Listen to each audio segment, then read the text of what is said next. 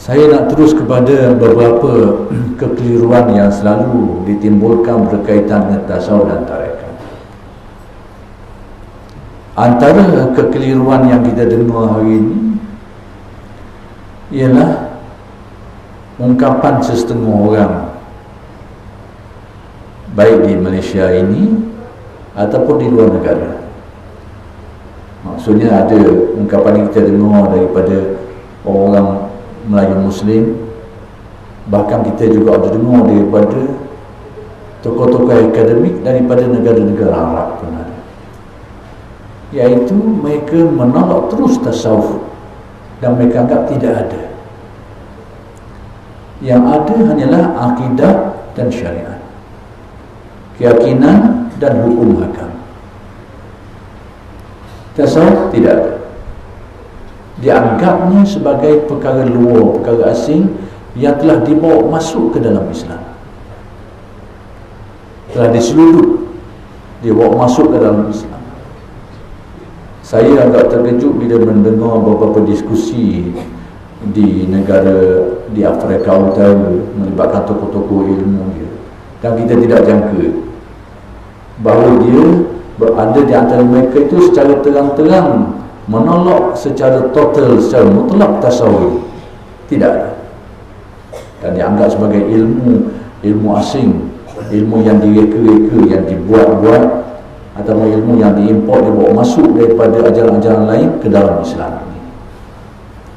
Ini satu sikap yang sangat, pada saya sangat berlebihan, dan ternyata berlawanan dengan nas.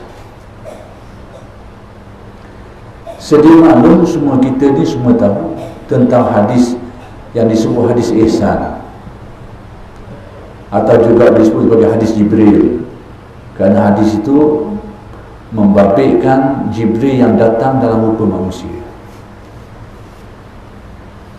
Jadi Jibril ini datang kepada Nabi, tanya Nabi tentang perkara-perkara penting tentang agama ini. Maka ada 3 perkara besar yang ditanya oleh Jibril ni. Pertama sekali dia tanya tentang iman, yang kedua tentang Islam, yang ketiga tentang ihsan. 3 perkara. Ini persoalan pokok, persoalan penting yang ditanya oleh Jibril. Jadi rupa-rupanya Jibril ini datang bertanya sebenarnya bukan nak tahu, tapi nak mengajar dalam bentuk pertanyaan. Tidak semua pertanyaan itu untuk tahu, untuk dapat jawapan. Kadang-kadang pertanyaan dalam bentuk sindiran pun ada. Mau hari tak malam, pada hari nak sindir, mau hari malam. Tanya untuk sindir, untuk tujuan sindir dan sebagainya. Jadi ini rahsia bahasa Arab. Dan Jibril ni datang dalam kisah ni bertanya sebenarnya untuk mengajarkan.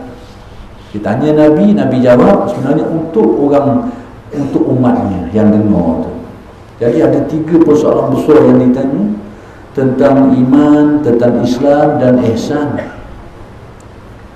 Iman ini sudah tentu tentang akidah, pegangan, keyakinan, kepercayaan yang wajib diyakini. Islam tentang amalan-amalan yang perlu kita tunaikan, laksanakan sebagai Muslim. Ihsan ini adalah tentang ehwal jiwa kita, kelakuan hati kita dalam beribadah, dalam berhubung dengan Allah Subhanahu wa taala. Jadi ihsan ini dalam bahasa di kemudian hari itulah yang mau panggil tasawuf. Jadi kalau ingkar tasawuf sebenarnya mengingkar ihsan yang merupakan salah satu di antara 3 komponen penting agama ini.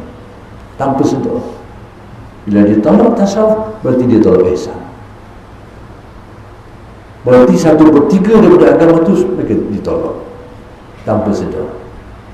Sebab di zaman awal Islam memang nama tasawuf itu tidak timbul, sebab dia satu istilah. Tapi perkara ini, hakikat sebenarnya sudah sedia maklum. Jadi kalau kita kait dengan hadis itu, maka namanya ihsan. Dan ulama-ulama juga menyebut nama-nama lain bagi nama tasawuf ni. Antaranya tadilah ihsan. disebut juga sebagai ilmu batin, disebut juga ilmu qulub atau ilmu qalbi atau ilmu fil qalbi, disebut juga ilmu suluk, ilmu perjalanan jiwa. Nama-nama ini adalah menurut penamaan yang diberikan oleh ulama untuk menggambarkan benda yang sama, ihsan, yang pada hari ini rata-ratanya orang menggunakan istilah tasawuf. Jadi kalau kita tolak tasawuf, kita anggap dia tidak ada, tanpa kita sedar kita telah menolak satu juzuk di antara beberapa juzuk atau 3 juzuk penting agama ini. Baik, 3 perkara ini tentang iman, tentang Islam, tentang ihsan ini. Dan ada pertanyaan lain tentang hari kiamat dan tanda-tandanya, tapi semua itu dianggap sebagai cabang daripada iman. Jadi